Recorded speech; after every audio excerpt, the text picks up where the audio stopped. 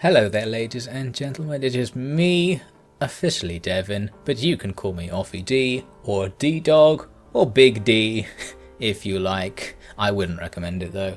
And today we are going to be celebrating 5 years of the OfficiallyDevin channel. Now I use the word celebrating extremely liberally. What I'm actually going to be doing in this video is it's going to be a kind of podcast style thing where I'm just going to look back over the key events in the 5-year history of the Offy-D channel and provide some insight and provide some commentary on them, and that may or may not prove to be an interesting insight into the life, the adventures, the struggles, the glories of a YouTube channel coming to exist. So why don't we do that now? Since we're here, and the footage will possibly be related. I guess I can show footage of the old videos I'm most likely going to be talking about, so yeah, it probably is going to be somewhat related, but you don't need to see it. This is really just going to be a rant. So here we go.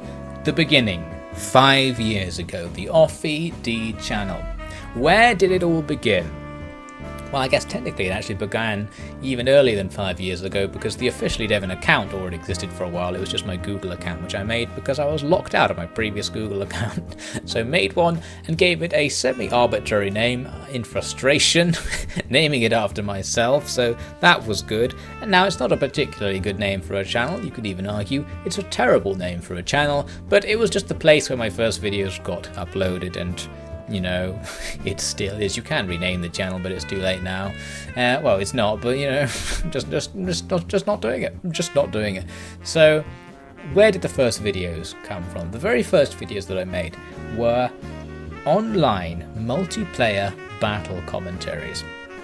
This is the sort of video that is the mainstay of the Total War scene right now, and is what everyone should be doing. That's actually how I began, and that was because I had Prince of Macedon, a famous YouTuber in that particular sphere, as an inspiration.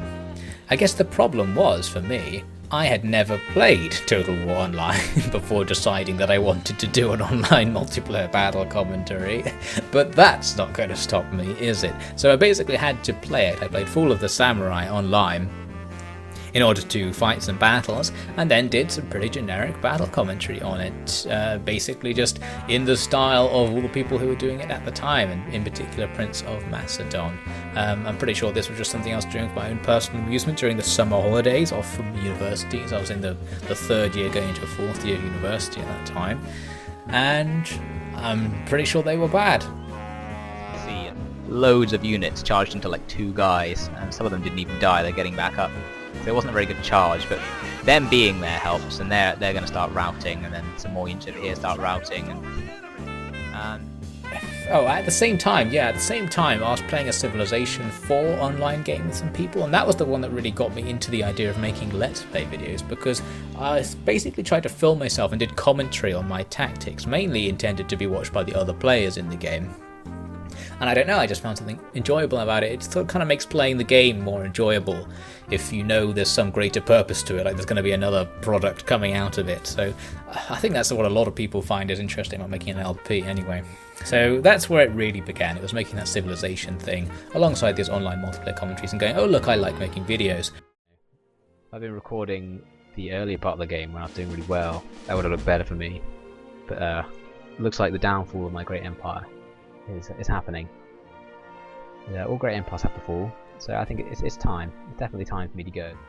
So things really got started in an LP-ish sense, where I said, okay, I'm actually going to make LPs for public consumption and put them on the internet. And the 2 series, the 2 games that I played, were World in Conflict, Soviet Assault, and Stalker, Call of Pripyat. Stalker, Call of Pripyat, I think that was actually a pretty good Let's Play, as I recall. Well, pretty good for someone with no experience and bad equipment, is what I'll say. Obviously, it's going to have amateurish commentary and a bad microphone, which I kept going for like at least a couple of years, had the bad microphone. Yeah, so they were probably pretty bad, just classic early Let's Play stuff. I mean, so many channels must have that stuff going around, and there's so much of it, even today, probably still being produced, like generic, live, not really edited, bad equipment Let's Plays of games that already have Let's Plays on them. that sort of thing.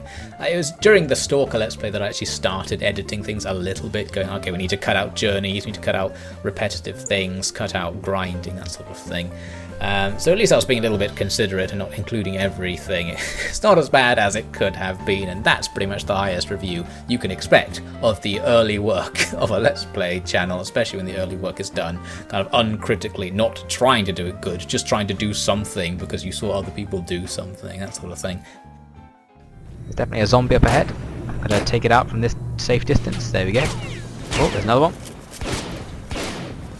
Sounds like, oh, yes, I thought it sounded close. Yeah, have a burst of hip fire. Right, let's try and deal with that other one. Where's he gone? There he is. Taking some shots from here. Easy money. Let's move up. Anyway, the channel really got started with a series called The Legend of Nobunaga, and I realise this is the third time I've said that the channel really got started with a particular event. By this I mean, like, it started with me thinking, like, I'm going to make a good series rather than just make a series. I'm going to make something that I think people will actually watch and will attract subscribers, that sort of thing. So The Legend of Nobunaga is a Let's Play of a PS2 game called Kessen 3. It's a post-commentary Let's Play, so like the online multiplayer battles, this is where you're commentating over footage you've already filmed in the past, which is generally the recommended way to do something. I say it's recommended. It's recommended by old grizzly Let's Play pros hiding in the corners because it is superior as a method of making Let's Plays, but it's harder and slower. So most people don't do it because of that reason. The same kind of thing with editing, really. But basically, a post-commentary of some gameplay will almost always be better than live commentary on it, unless your live reaction is central to what the content of the video is actually going to be. And in a kind of regular gameplay commentary, it usually isn't. You want to talk about the gameplay and your reasoning behind doing things, then having some time to already think about how you will present those points usually makes it a lot better. And that's how the narrative Let's Plays work, basically. The gameplay commentary sections of them, that is. So anyway, that was where I started doing a main weekly series of a game with editing, with post-commentary, not very much editing because I felt like I was documenting this game, and this is linked into why I chose that game in particular. It was a game that didn't have a Let's Play series on it at all, on the internet, I think, except someone doing a speed run with no commentary and low quality, something like that.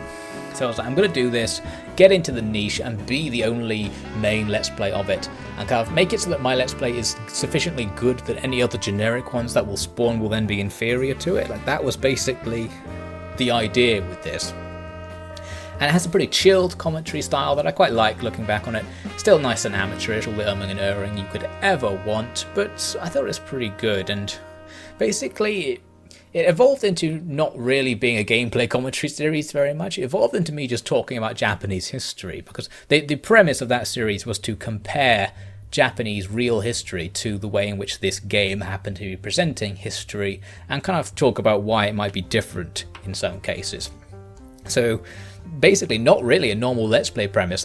The premise of the game, the premise of the series was kind of twofold. It was to document the game's existence and to talk about how it related to real life events. And that second layer was what I think made it very different, both to any competing Kessen 3 Let's Plays that may exist, and to all the other stuff I've done since. And I always think I would like to do something like that again, and I sort of wish my channel had always been like that, but we went in very different directions, as this story will probably at some point touch on if we ever get away from the first 3 weeks of it. I think we're still pretty close to the beginning right now. And Mitsuhide came up with an agreement with them whereby they surrender, and he would offer his mother as hostage. The idea of using hostages was very common at the time, so basically it would be he would give his mother over to them, and if the surrender deal was in any way violated, her mother would be, at their will to be disposed of. It basically just means Mitsuhide has inspiration to not go against the deal once he's arranged it. So this was arranged, and the surrendered Hatono clan members came to see Nobunaga, but Nobunaga decided to have them executed, which went against the deal of their surrender, and so, sure enough, Nobunaga's mother was executed by Hatono assassins. So anyway, basically after making some episodes of that, I did start making a Shogun 2 series very early on, which was going to be the same sort of thing, where I'd be playing some Shogun 2, trying to use historical tactics and talking about presentation and kind of talking about the history around the events that the game kind of shows, but the problem was it just doesn't work. Shogun 2's far too distant from how the historical wars went. It takes place over a much shorter period of time. It's much more extreme in its presentation of events, it's much more brutal and doesn't have any of the kind of intrigue and a lot of the diplomacy aspects and Japanese cultural aspects that mattered basically to how the historical events were playing out. So I never did anything with that after attempting to start it basically, and it disappeared. I'll deal with this later. So now I need to set up for a campaign on Mino. I might wait a few years just so we're a bit nearer the historical time and Nobunaga's a little bit older. So when I'm back, the campaign on Mino will begin, corresponding to chapter 3 of the Legend of Nobunaga. Let's push on.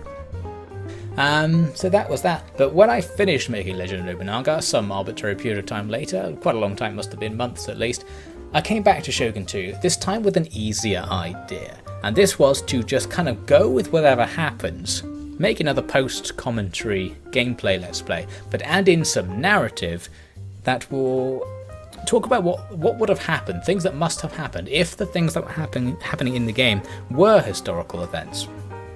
And that basically is where the narrative let's play idea that I kept going with up until now started off. And it wasn't very good back then, but at least I don't think it was very good. And the narrative was very bare. The narrative was more about, I don't know, talking about things that must have happened rather than how characters would react to it, which is how I eventually changed my style to be, but we'll talk about that more later, I expect.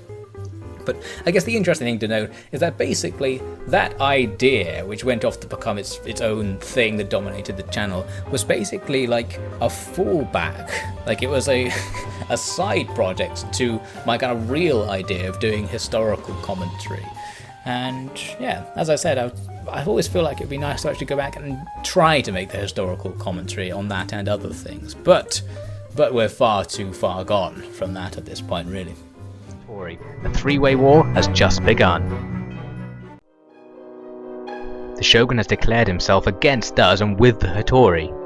Now do you see how the Shogunate has lost all sense of honor? Never has it been more clear that this age of war can only end with the birth of a new Shogun. Making that Eternal Law series, the Shogun 2 series, was actually a side project really at the time. It wasn't my main series on the channel. My main series was doing a Dynasty Warriors 4 Let's Play, and that one had a lot of editing, lots of post-commentary, and even editing things to the extent that I don't even do now, where things were really compressed, big focus on keeping the episodes have a regular length, and have like jokes edited into them and like try and add value to it with the specific details and editorial choices, things like that. And I don't think it was particularly good, but again, it's probably a pretty decent example of a let's play series of that game series.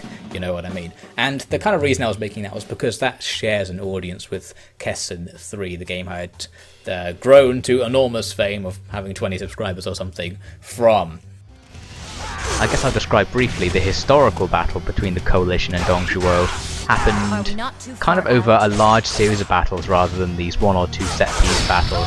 Sun Jian was pretty much at the forefront of this conflict. This was how he really rose to power, was during the coalition against Dongzhuo.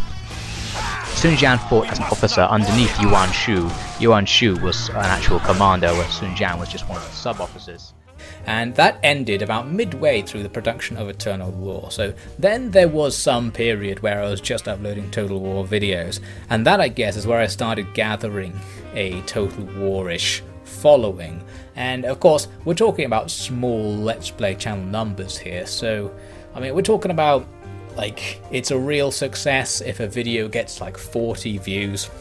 I always remember 40 was a number I always wanted to try and go for. It just felt like an arbitrarily good amount of people to see something. Because I mean, it's something you may not think about too much if you have a Let's Play channel that's just getting a few views. Is that even getting like 10 views on a video is actually quite a few people to watch you do something like that. Like a way of thinking about it is, imagine if they were there, like in the room. That's quite a large audience to be performing to, like just in a room in your house. So like getting up to something like 40 views and having something like 100 subscribers, which is always my goal in those early months of early year, or probably about a year. It was a goal that was like, that's a stable point. It's a point where it's like it's worth doing it because a decent amount of people are going to see it. And I think that's probably still true, that idea.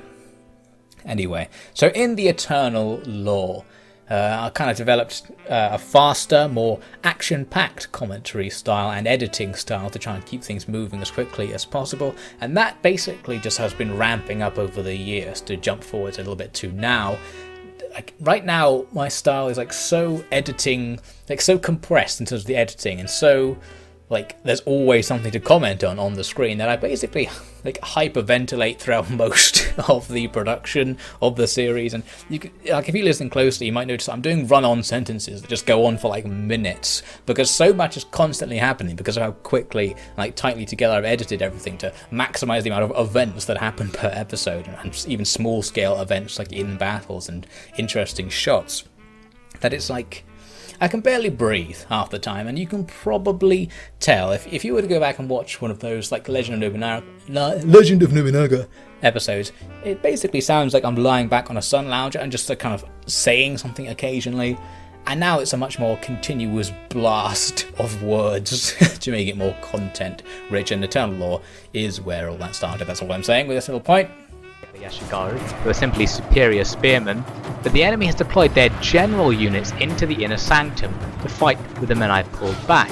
An interesting strategy, risking their general. However, since their general has quite heavy infantry, and all of the men defending the centre are very light infantry, mostly Yara Yashigaru, it's actually going very well. They're cutting through my men here, you can see. I'm still at the beginning of the story. How long have we been going on for now? A decent amount of time. This is going to get long. Strap in. We'll try and speed it up, shall we? If there's some boring parts of the story we can skip, I don't even know. So, what was I saying? Eternal Lore, faster commentary. Oh yeah, the next thing to mention is that while doing Eternal Lore, I started a second series. So kind of Eternal Lore had become my main thing, and I started gathering that Total War following, as I said. And I started this second series called Frank's Penance. Anyone remember Frank's Penance in the audience? Well, it was a Far Cry 2 narrative let's play, and this was kind of where I wanted to get away from doing strategy with the narrative stuff and do something more personal, more immersive. And I had to kind of experiment with like, how do you deliver the idea of a narrative let's play? So like adding a fake story to a game that both already has a story, kind of, and that, not very much happens in the footage. The footage itself doesn't really move the story along very much. It's not the gameplay moving the story along, it's just kind of the odd cutscene that just recontextualizes what the gameplay meant. So like, sometimes you killed those 5 guys for this reason, sometimes you killed these 5 guys for another reason. It's kind of like, it's trying to come up with a way to do the story for that and make it be a story that was about the main character and their view on things, because the main character is silent in the game, which makes it have the potential of adding in something like that. And, well, you can go look at it if you want to know how it turned out in the end, but it's basically the most advanced like narrative thing that I've actually probably done so far. Maybe Naraka's Treasure is more advanced as a narrative project, like it has more narrative elements and a bigger plot to it. But yeah, Frank's Penance had a lot of detail in the writing. It was very slow to make, and I think it was okay. I haven't watched it since whenever it was I made it, but I think it was okay.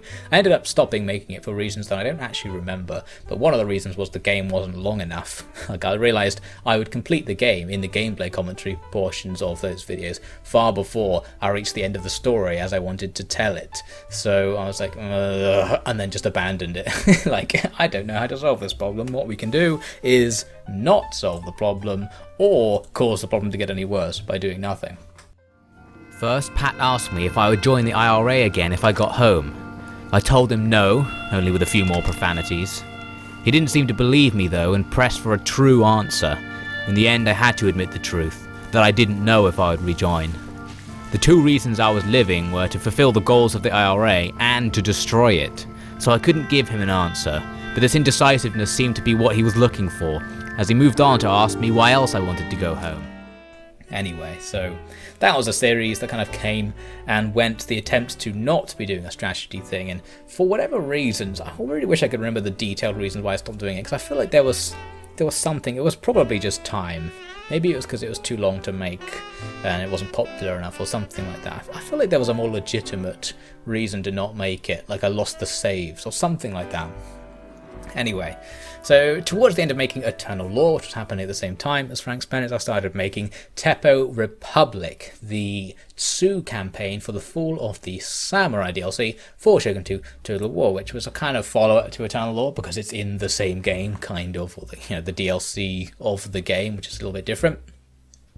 And for that NLP, that's where I feel like I was a little bit more self-reflective and was kind of like, how can I make this actually be better? And like actually try to think of ways to improve my own style than the previous Eternal Law's offerings, basically.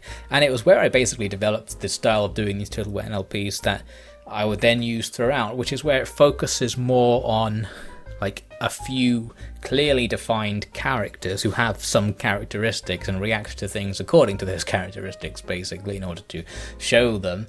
And yeah, I guess I just kind of use that style throughout. I feel like all my series since have been about a couple of characters rather than necessarily about the events, like the broader events of what's happening in the game, just because between Total War games, like it's always the same. Basically, the broader events that are happening, it's usually just you're taking over the world for no reason in a very historically inaccurate and implausible fashion. You have Lord Todo wrong. He actually cares about people, cares about making a real change. You need to read up on your history.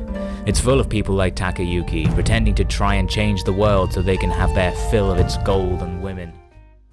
Anyway, so I did that particular campaign as well because I already wanted to do that Tsu Republican campaign, both because I knew it was hard and because I knew it was going to give loads of like interesting gameplay events to add to the gameplay commentary portions of the LP. And I'd actually tried doing the campaign like a year before, which is why I kind of knew it was such an interesting one.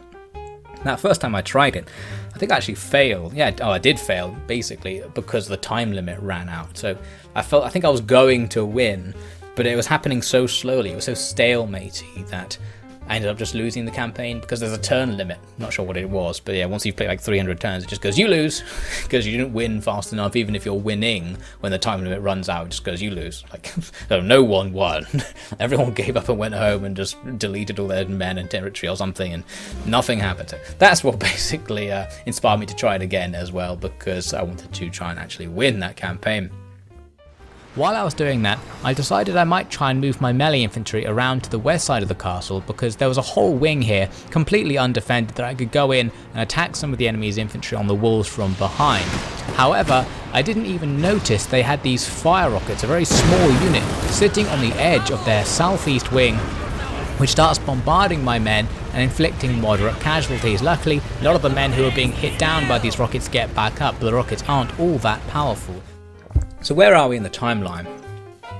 Probably about 2 years in now, around the time of Tei Republic. So about 2 years into the channel, I had like 500 subscribers, most of them Total War E through Eternal Law and the Tei Republic video series is. Very hard to say these words for some reason. Now, while I was making those, I was getting all these requests from this little band of subscribers to make other things, so do other campaigns and stuff, much as I still do now.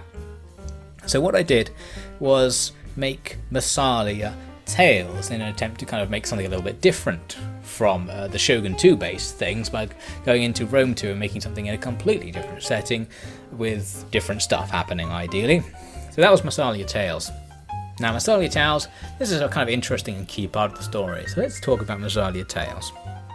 Masalia Tales started as this idea to do a co-op NLP. So it was going to be Masalia and Syracuse, so two Greek city-states that were kind of near each other, and I don't know, be like this kind of co-op NLP that in some way was about their relationship.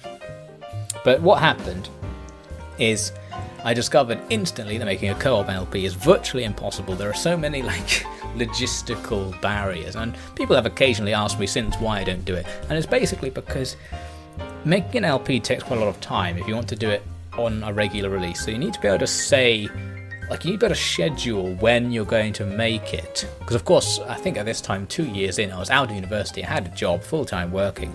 So to get footage and to do joint work on something, you need to be able to say, right, which 10 hours per week can you always dedicate to make this? Like, if you ever can't dedicate that set of time to it, then the release will fail.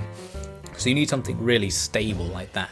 And that's probably the main logistical problem behind it, and that it's just harder to collaborate on a narrative unless you're like completely like synced up in terms of what you want to happen and things like that. Plus, you have to actually play the game together, which again can be inconvenient because you have to be available at the same time zones, blah blah blah blah blah blah blah. It was with the guy I made it with. I think he's changed his YouTube name since. It was Wolf of Remus Total War, I think. He might have been called at the time. He might be called something else, just like Wolf Total War now. I think he specialises in doing online commentaries.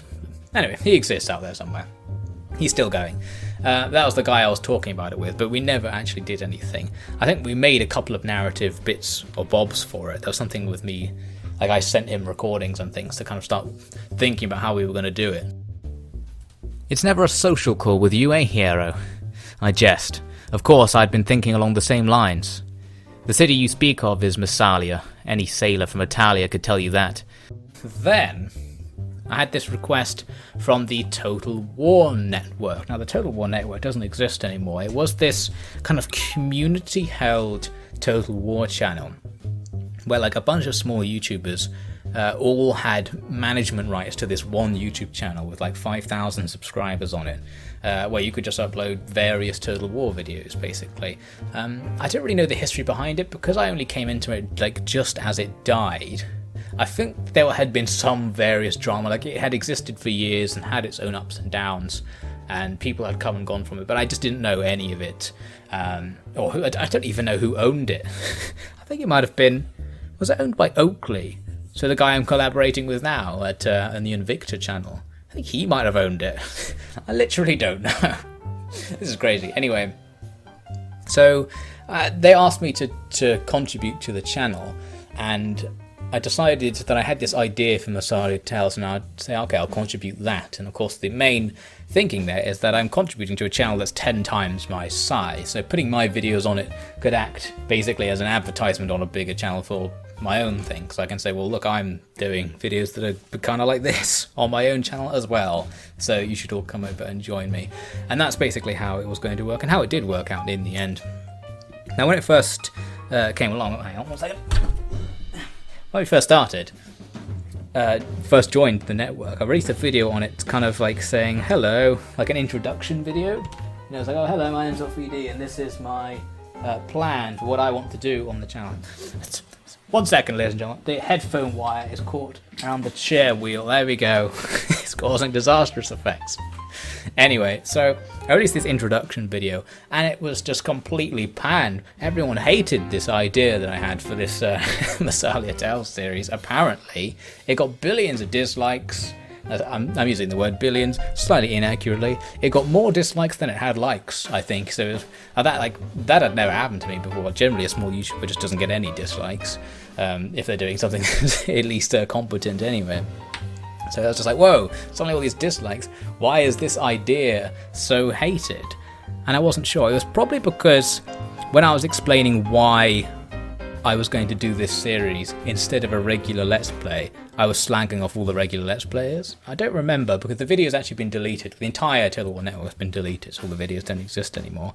So I feel like I hadn't done anything that bad, but who knows? It might have been me saying that I thought my style was going to be better than normal, and the kind of audaciousness of saying, oh, you've got your own style and it's better than everyone else's style. Oh, okay. Maybe people were reacting to that. Fortunately, I'm pretty sure I just ignored that reaction and released it anyway, or started making it and released it anyway. And then that video, the first episode of Masalia Tales, was like a milestone in the channel. That was then my most popular and most liked video ever.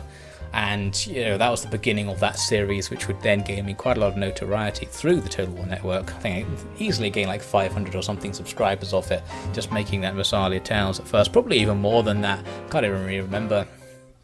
I'm going to research the ability that allows me to recruit a champion so that I can train up this relatively unpowerful army. You can see I've built up a few forces, mostly levies though, combined levies of Greek and Gallic origin. There was like 30 episodes, I think, so I was making it kind of weekly, so yeah, as I said, I was working full time at the time, and I was making it like on a Friday night, basically. I think it might have gone out on a Saturday, and I was making it on Friday night just really quickly, and those videos were a little bit shorter than my usual NLPs, basically because I was just making them in gaps, in spare time. At that time, I was like spending basically all my free time, like all the free time in which I had energy to do interesting and important things anyway, on channel stuff, because I was making all these series at the same time, and it's relatively time consuming, so yeah, I was basically just constantly making videos all the time, and Masalia Tales was like on the edge of my ability.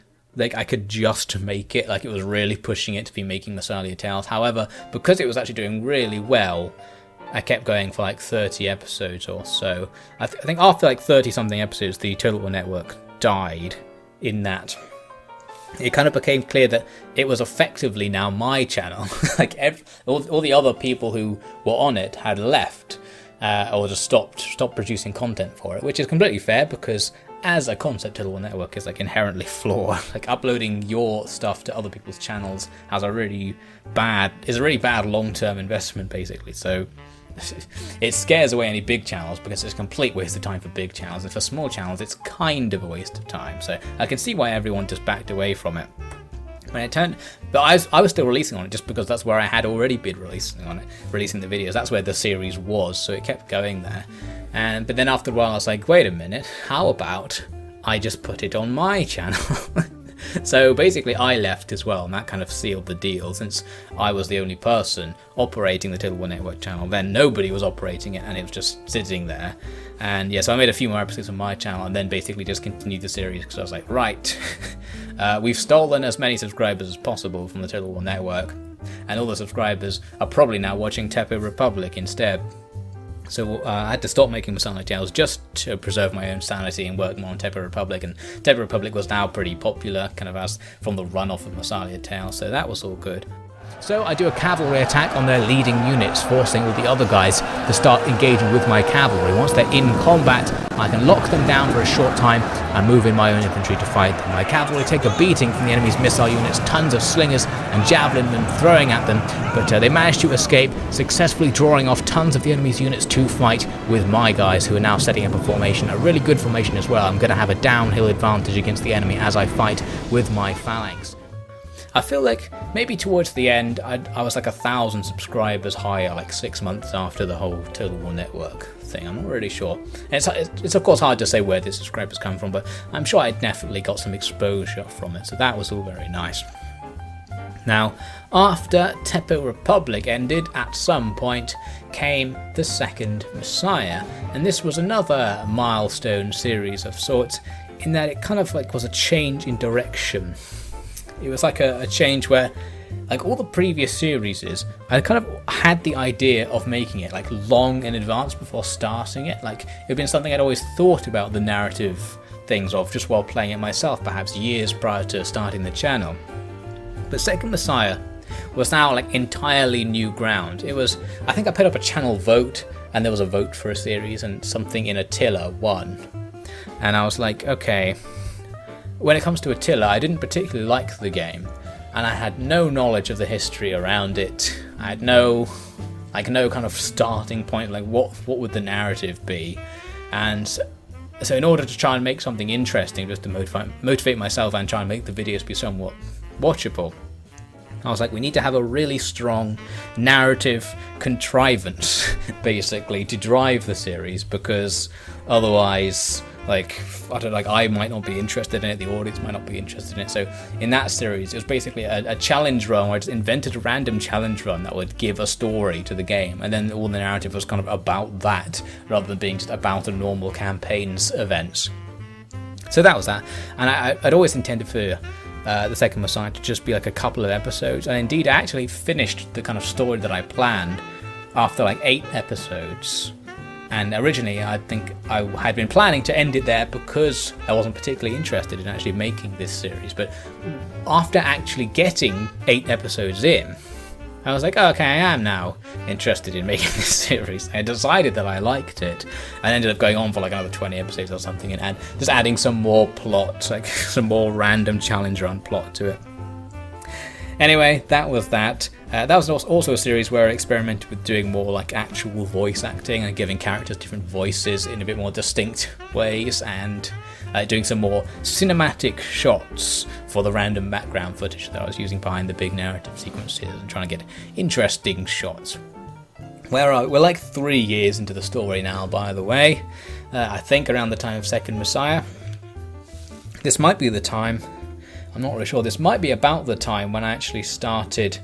There was at some point during the story, I had reduced hours at work. So I was working full time. It was like 38 and a half hours a week. And at some point it changed to like 32 hours, specifically because I requested to have fewer hours because YouTube was kind of like destroying my time so much. I was like, we need to get more time.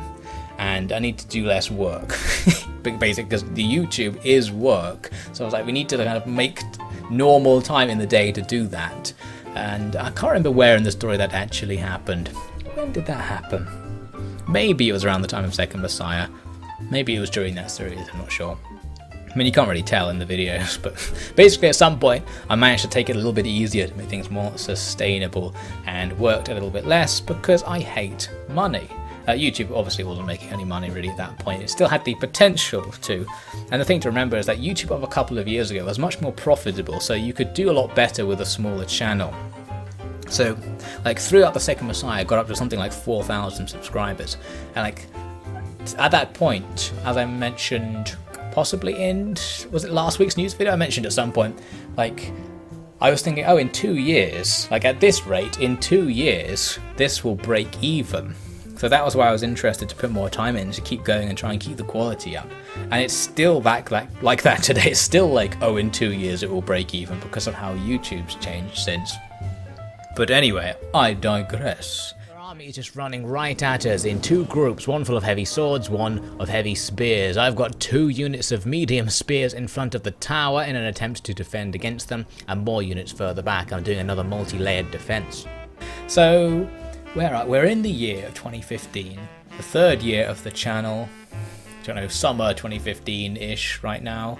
Why don't we move on in the story to autumn 2015, which is when I went to the CA Mod Awards. So that was the first time that I was like officially a Total War channel. I was basically a Total War channel from Tei Republic, not really by my own doing, just because Tei Republic. I was like, oh, I'll make another Total War series because the old one did better. Not really because I was thinking I want to focus on Total War. I just thought it would be good to focus on Total War, and then I kept doing it, and I'm still doing it. So that's how I became a Total War channel, not because of any particular allegiance to the series. Even though it probably is the series that I played the most out of any given series of games. So, I went to the CA Mod Awards, and of course, I had like 4,000 subscribers or 5,000 subscribers at that point, and no one knew who I was. Like, that was too small to be known in the Total War scene. So everyone was like, who are you? Except this one guy, I think it was Lotharion. He's one of the modders who worked on Divide et Impera. And he knew about Masalia Tales because Masalia Tales used Divide et Impera. So that was the person who knew me. So that was good. And Darren Total War knew me because he invited me to go. He works at CA obviously now.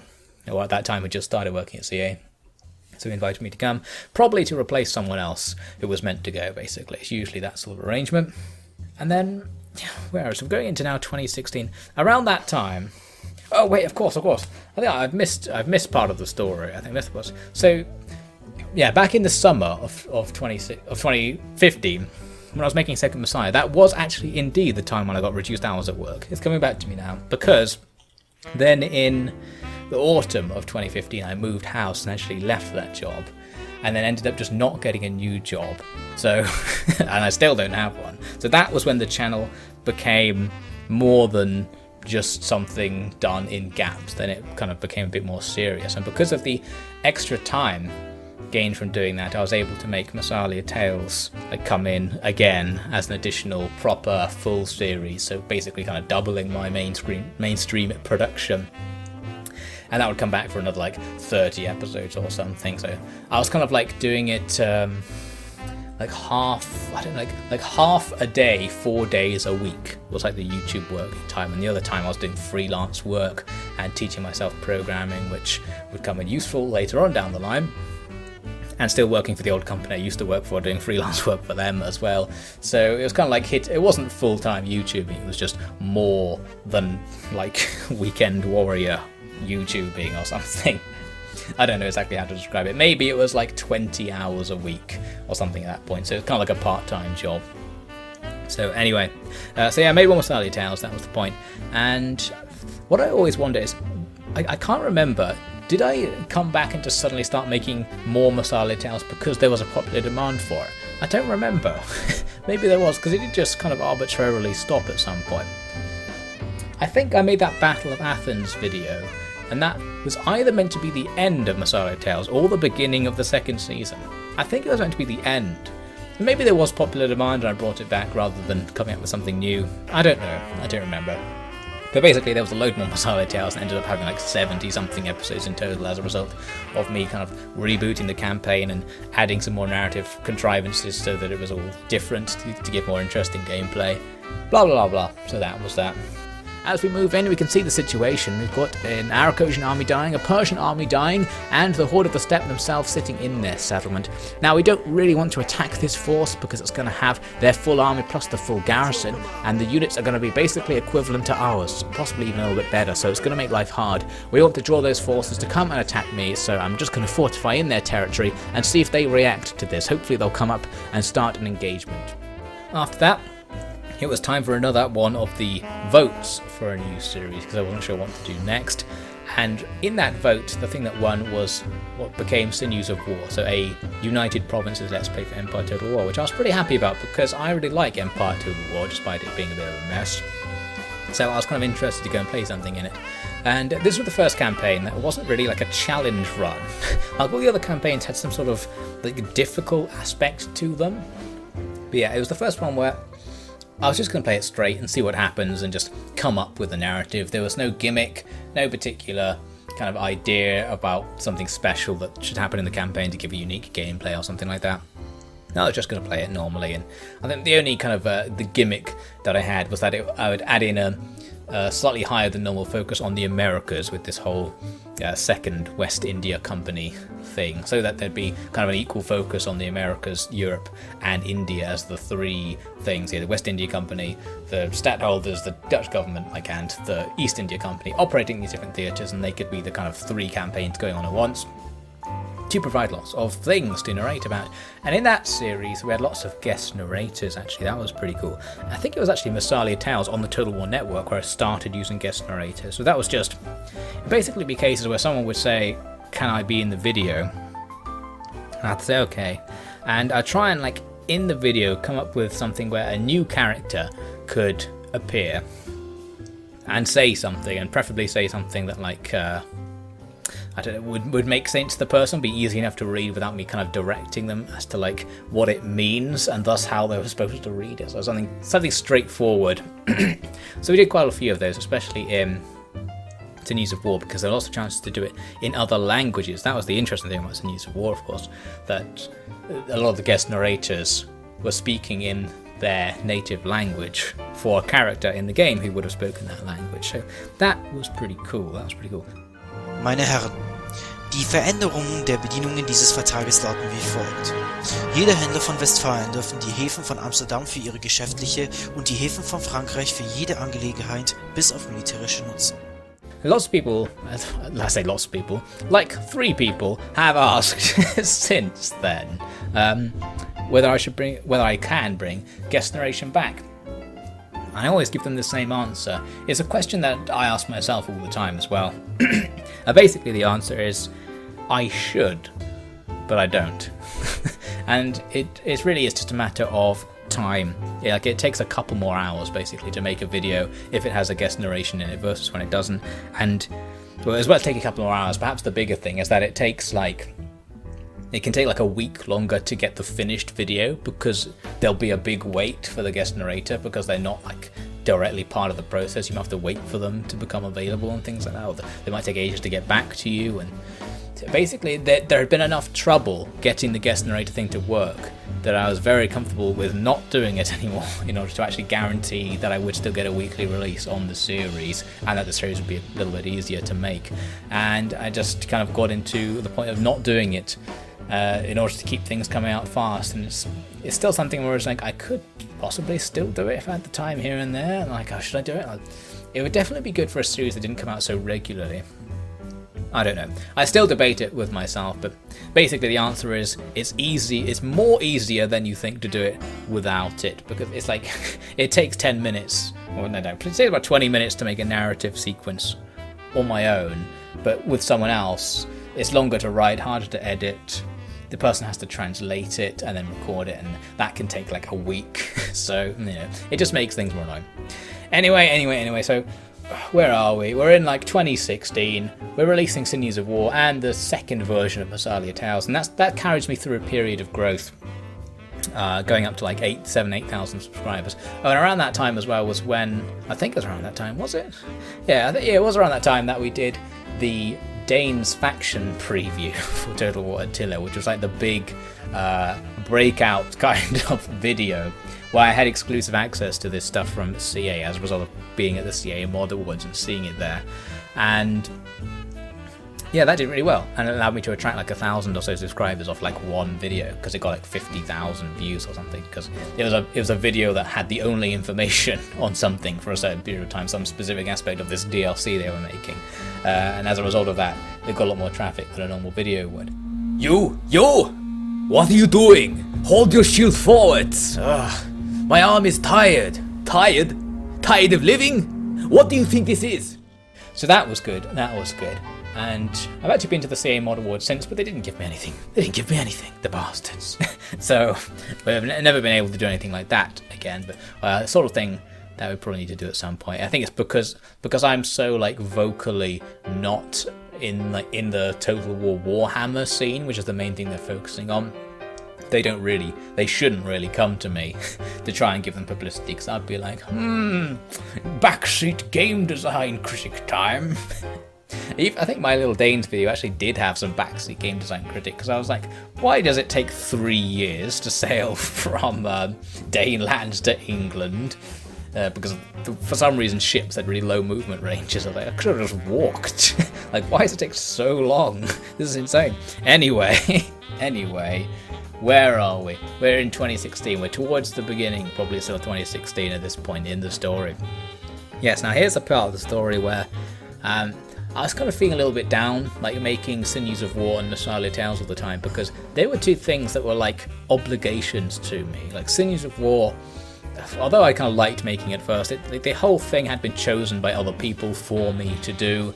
And I wasn't particularly interested in carrying it on other than that. I felt like I should just carry it on because it was easy and because people wanted to see what happened. And pretty much the same deal with Masalia Tales.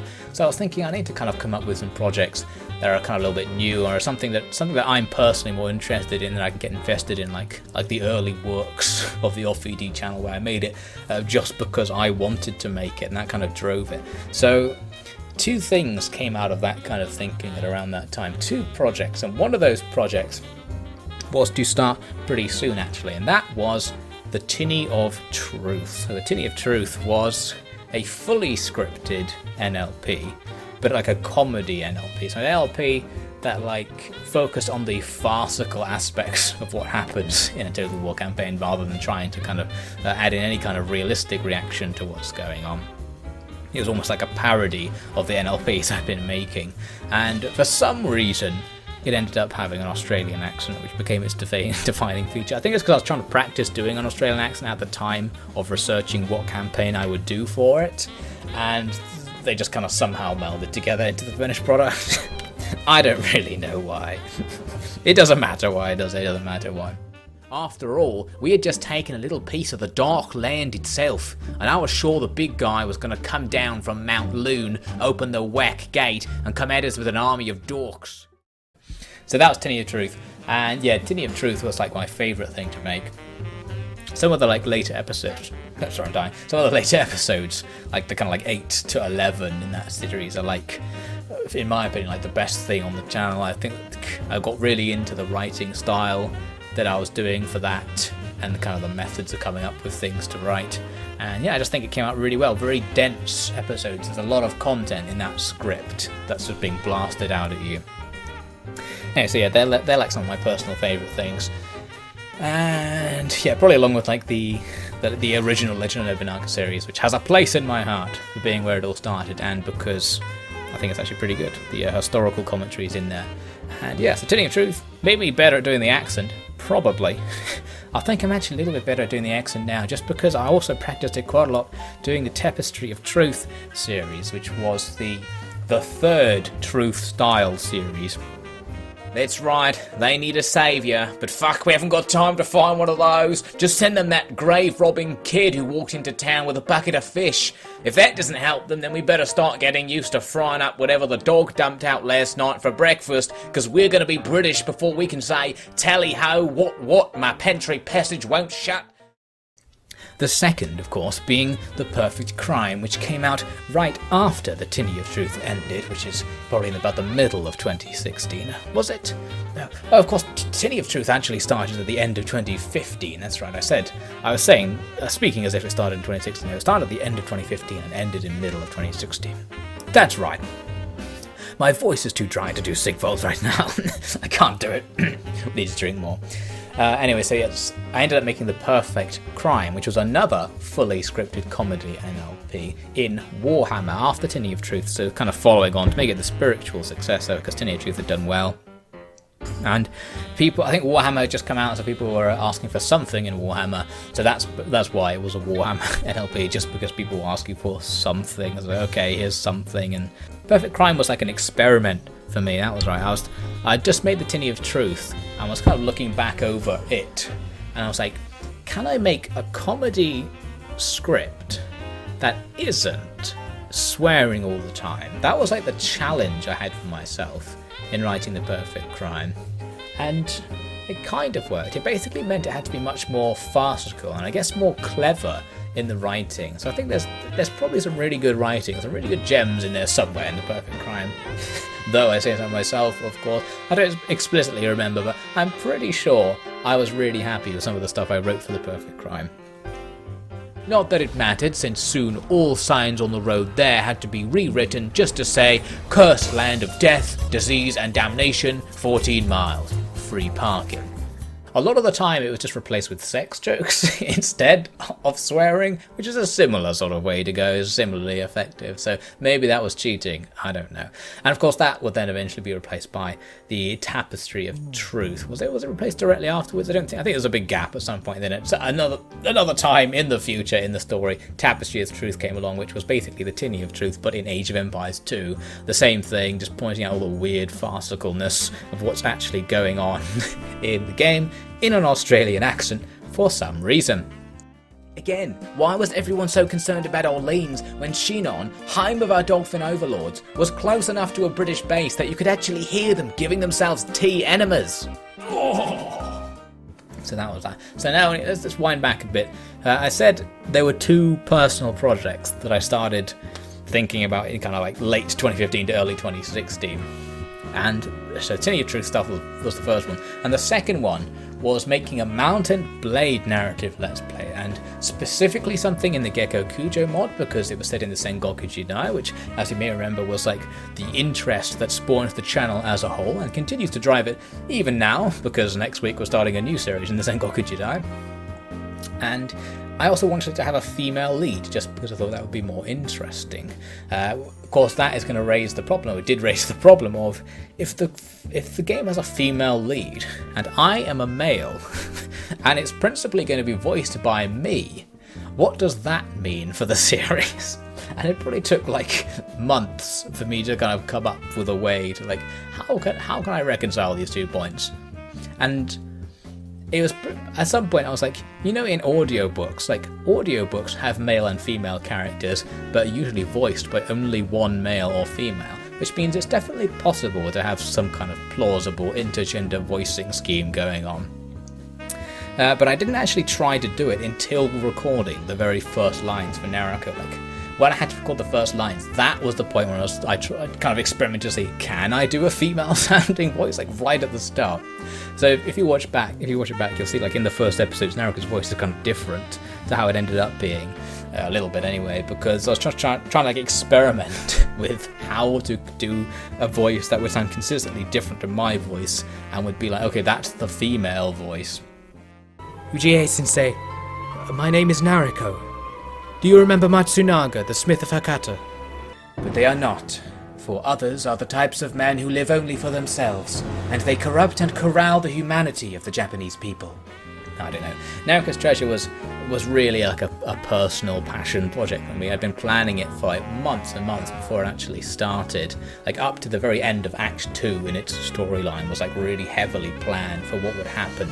I'd like practiced all the gameplay, and I got a really good idea of what I wanted to happen and how I could make it happen in the game. A very special series. It was a series of firsts where like it had a different narrative style, completely focused on the characters and the dialogue, much more conversational, required a kind of more realistic writing style, like writing things, like characters had to say less contrived things than they did in Total War games, because like they weren't really talking about events, they might just be talking to each other, and kind of had to like get the character across while progressing the plot. And that basically turned it into an anime. So that's where the anime feel comes from, both from it being set in Japan and the fact that the characters are always in character, which is like an anime trait. So characters have a behavior pattern that they will always apply, whereas like a truly realistic character has billions of different possible behavior patterns and apply the one relevant to the scenario, which makes it harder to write and recognize a character just from what they're saying. But yes, in Narika's Treasure we did an anime style, where characters have clearly defined character traits that they always have in all circumstances, and it kind of informs how they behave all the time. So like, Mari is roguish. That was her character trait. I don't know, like Yoshio is kind of upbeat but serious. It's like all of his things are written with those traits in mind. And yeah, Narika's Treasure, absolute buttload of writing in that that series. It's a novel unto itself. I'm actually dying. I've been reminiscing for too long. I'm gonna die. It's so much reminiscing. Are we towards the end yet? We're in 2016. What are we now? 2017? Okay, we're like 4/5 of the way through the story. That's good. Anyway. So around that time, and probably for the last like year in the story that I skipped over, I didn't mention yet, I've been doing all these hot seats and co-ops, dying, co-ops, where I've been practicing doing like live commentary and getting a little bit more into live commentary, which would come in useful for when I eventually started doing this as content. Because if I hadn't done that, I would have been absolutely terrible at Rome commentary, live commentary.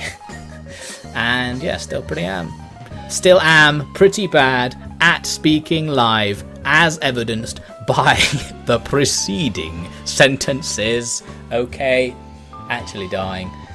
We're gonna have to move on. I guess the last thing I'll say about Narika's Treasure is that even like right after starting it, I realized it was a bad idea to be making that series, because like it took so long to make each episode. And it just kind of did like, like a bit worse than my other videos, but comparable. So like, that was a complete waste of time in terms of like YouTube meta and what I should be doing to grow the channel, which I talked about a bit in the news video released last week. Where I'm like now I'm thinking like to counter that, now I should really do some series that are playing the YouTube meta a bit more and are a bit more time efficient to kind of make up for a year or so of lost ground in making Narika's Treasure, where I could have been making like 3 other series at the same time and being much bigger now as a result. Big opportunity cost, I think we would say in economics terms, of making Narika's Treasure. Anyway, but it was a passion project. It was something I wanted to do, and I wanted to finish it, and I think it's okay. Need to go back and actually watch it now I've just finished making it. It's still too close to the event to say like if I actually like it myself. Maybe it's okay. We don't know. So we're going to follow the advice of Master Ujie and head west to Kagoshima, a city nearby. Cities provide all sorts of services, especially to adventurers like us, so we're going to head over there. It's going to take a while to walk, but we are on horseback, which increases the movement speed of the party, even if it has members who aren't on horseback in it, because that's just how the game works, so we can get there pretty. I remember that 2016, like the first half of 2016 was a really bad time for YouTube, just like the first half of 2017 has been, but it really picked up towards the end of 2016, and part of that was because Fields of Mars came along, replacing Sinews of War. That was something where there was no faction vote. That was another thing where I was like, we're going to do what I want to do. We're going to do something I'm interested in doing that I think is going to be good. And this kind of proved to be the right decision, I guess. It was much more popular than the chosen by popular demand Sinews of War. So that helped the channel quite a lot, and of course this is content started around that time as well, and things just kind of boosted up really quickly towards the end of 2017 and 2016, sorry, so ended up with 2016 being a good year after being projected to be quite a bad year around the middle of it. Hopefully 2017 will follow 2016's pattern of being a lot better in the second half than it was in the first. Maybe it's just seasonal variance, I don't know. 2017's first half's been really bad for YouTube. You've probably even managed to hear about it in various points. YouTube's kind of like just been destroyed over the last few months, and it's in a much lower point than it's ever been. It's been going downhill for years in terms of the value of YouTube videos, but they're at an all-time low. And so, for 12 years, Constantinus battled the barbarian kingdoms of the British Isles, ensuring the safety of the new Latin churches, promising salvation, happiness, and so much more. But just as he had suspected, the more who turned their backs on the old gods, the greater the intensity of the attacks on the Empire became, both in Britannia and around the world. Anyway, where are we in the story? Yeah, we're pretty close to now. This is content starting into 2016 in order to kind of boost the channel up. I talked about this a decent amount in my news video last week, and even though I should also talk about it here, I'm not really going to. Basically, this is content. It was a live, entertainment-focused Let's Play series where it's basically me trying to make funny videos live, improv comedy. Oh, not quite improv because it was riffing, so it was improvisation on events that were happening, which is much easier than actual improv. So riffing comedy, which is like the center of internet comedy. Like some of the big internet channels start with that, like comedy review channels are riffing, but like post commentary riffing rather than live riffing. And some of the videos that I used to watch, like the big influence in the early days of YouTube, like Angry Video Game Nerd, Spoony, still alive but fallen from grace. If anyone knows the Spoony one, he was a big channel back in the good old days, part of the Channel Awesome crew, which also spawned big internet celebrities now, like Angry Joe and Nostalgia Critic, probably some other ones around the place. Yeah, so it's kind of like that. It's more, the series was much more influenced by things like Game Grumps and Germa, a Let's Play channel, and Sips from Yogscast. Basically as entertainment focused Let's Play, that's what I call it. So Let's Plays where you're not really talking about the gameplay at all, and it's not really of any interest to someone who's just looking for information on the game or looking for people talking about playing the game. It's really just, it's entertainment content. It's just stuff that's supposed to be somewhat entertaining as standalone videos, regardless of what the game you're playing actually is. Yeah,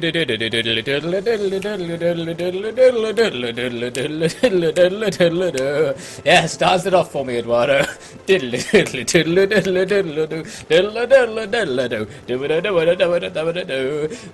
is Samuel's celebration dance. We took this place from the dirty pirates. It wasn't easy, had to cheat a lot. And now we've got a shitty castle. And I'm falling through a hole in the ground. Need a rhyme. I guess I'll be grateful. I guess I'll be grateful for what I've got. Hey! So that's the idea there. I think it's been pretty successful. In fact, it's been extremely successful, I'd say, because of its high efficiency. So like the views it gets compared to how easy it is to make proves that that is indeed like the superior way to make videos. It's a great balance between like quality and quantity, I think, in that it has higher quality than a regular Let's Play because it's still edited and still putting quite a lot of effort into what the commentary actually is. But you can make a decent amount of them, and you can easily make a couple of them per day if you really I don't know, maybe one per day. It's kind of annoying to make them continuously because you get tired out putting so much energy into such a kind of dense live commentary. It's hard to explain. I won't really explain it now, but it's been very interesting to make that series because it's been a completely new direction for me, and I feel like I've learned a lot over the last 6 months or so. Was it more like 10 months of making that series, and I've gained a lot of both commentary skills, editing skills, and like riffing skills basically as a result of making that. So it's been very interesting for personal development purposes, and I like the series myself. I would much rather watch a This Is Content video than a narrative let's play, despite narrative let's play being the main thing that I try to make and spend most of my time doing. I'm not really sure what that means, but that is simply the case. That's where we're at right now. And This Is Content will probably continue, and I'm thinking of doing something that's basically in between This Is Content and narrative let's play stuff, but we go back to my old channel news video from last week for more about that. Anyway, we're getting off topic from the story. I should go back and mention some of the background to the story as well. So I mentioned that back at the end of autumn 2015, I became unemployed and was working YouTube part-time. And what basically happened as the channel ramped up was that I spent more and more time working on the channel, and by mid 2016 I'd stopped working freelance entirely and was basically just working on the channel. So at some point, I'm not sure exactly when, at some point over this 2-year period I became a full-time YouTuber. So I mean that statement comes with assumptions of you make money from YouTube. More specifically, I worked as if I was a full-time YouTuber, just without the money. And that's where we continue to be now, basically. It wouldn't have been the case had it not been for the YouTube crash this year. It'd probably be just about getting towards breaking even at this point.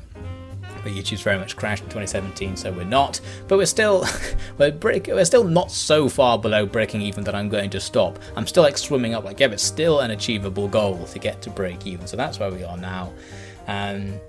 Yeah, basically. And also I've been learning programming was the other thing that I've been doing in the background. And that spawned, as you might have seen along the way over the last year or two, gaming projects where I've been making video games because I'm pretty interested in game design. So I wanted to apply some game design in practice, basically. And I think I've come up with some pretty decent game designs. And my current project, I think, is pretty good. This Ice Emblem game that I've been working on. It's going somewhere, ladies and gentlemen. It's going to be a real great game. Just as soon as I finish it, and as soon as I pay a lot of money to have all the assets done, or something. Are we at the end of the story yet? Oh, we must be. So yeah, I then finished Naraka's Treasure, and Fields of Mars, which is still going somehow. I wanted it to end off 30 episodes, but it just stalemated the campaign. The campaign proved to be harder than I thought it would, and I already thought it would be quite hard, as detailed on my blog, which you should all read. At some point, I played the campaign 4 times. The first 20 turns of the campaign 4 times to get to a point when I thought I wouldn't just lose, or I wouldn't win too easily. One of the cases, it just went so well that I was like, oh, this is a boring gameplay footage is coming out of this because it's so easy. So I had to keep restarting the campaign until I got a kind of balanced setup, where I was like, okay, I kind of had to struggle to get to a position of being stable after the first 10 episodes. That was what I was going for. Anyway, we've made it to now. Surely we've made it to now. Yeah, we must have. Oh yeah, are we there? The story. What a long story. What a horribly long story. So where are we now? We're going into late summer 2017. The channel still exists. As mentioned a few times, 2017's kind of been pretty bad for the channel. The growth pretty much stopped in 2017. I don't know. When I hit the end of 2016, I thought that by the end of 2017 I'd have at least 15,000 subscribers, minimum, probably more, and that the channel would break even financially at the end of 2017. And now, most of the way through 2017, it's okay, it might get 13,000 subscribers, and it might lose less money than it loses now.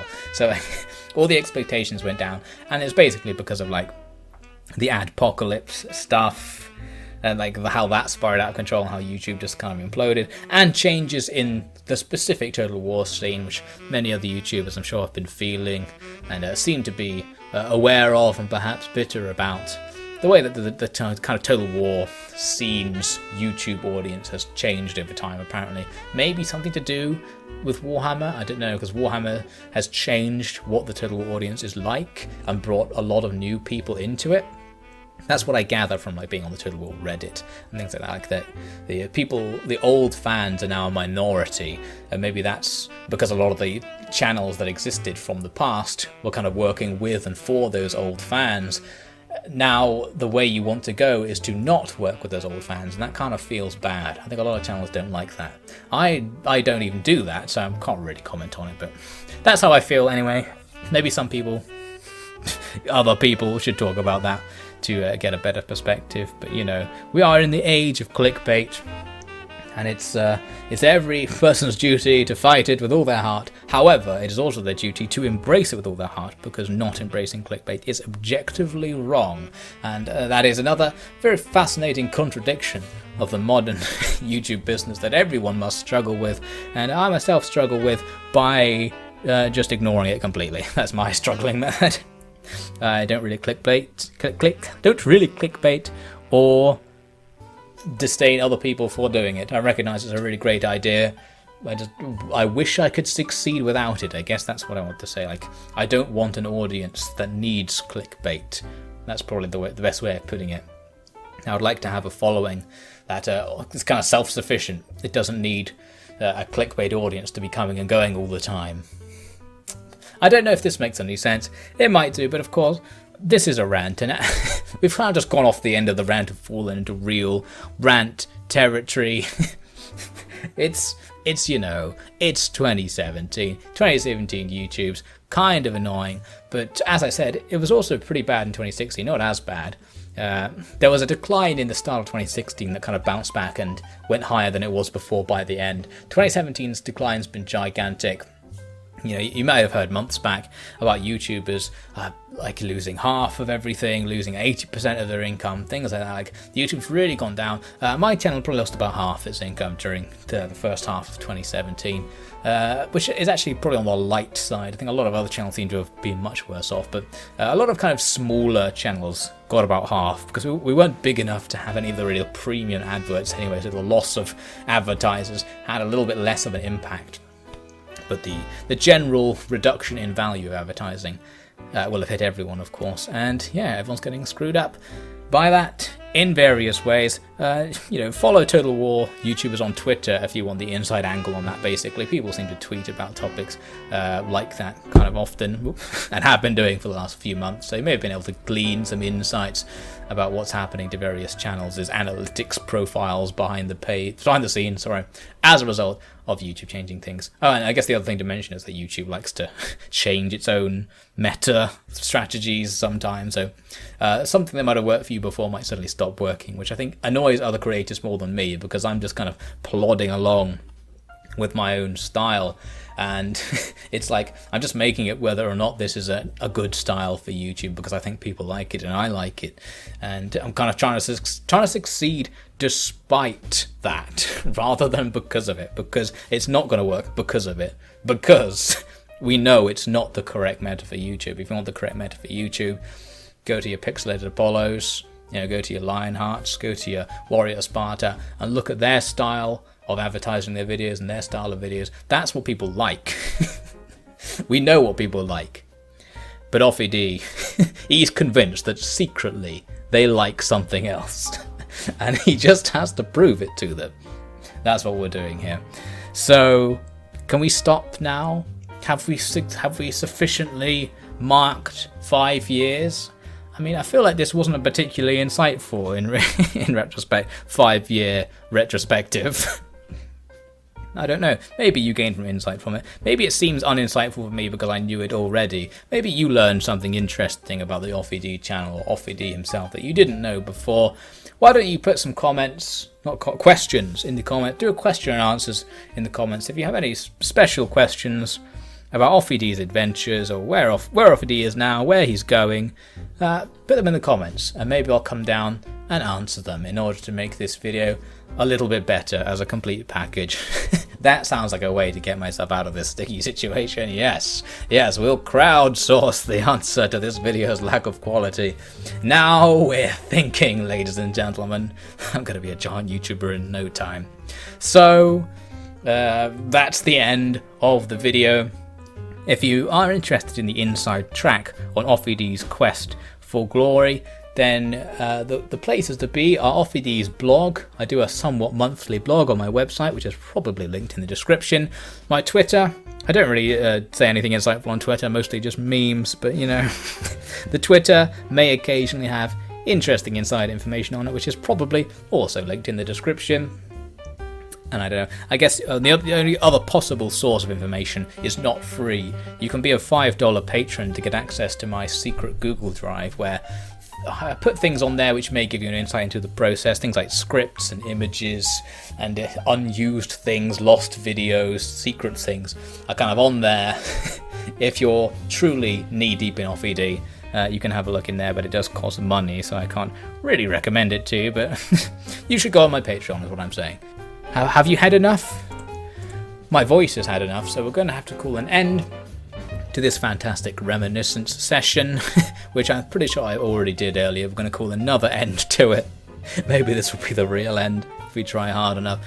Thank you so much for listening or even watching and getting this far. If you got to the end of this video, you obviously are truly an acolyte of Offy-D of the highest order, one of the most valued shareholders at Offy-D Corp, for sure. So I hope you'll join me next week for a new NLP series, and of course throughout all of time for more videos coming throughout all of said time, and they're all going to be great. So thank you for watching them in advance. I will see you then.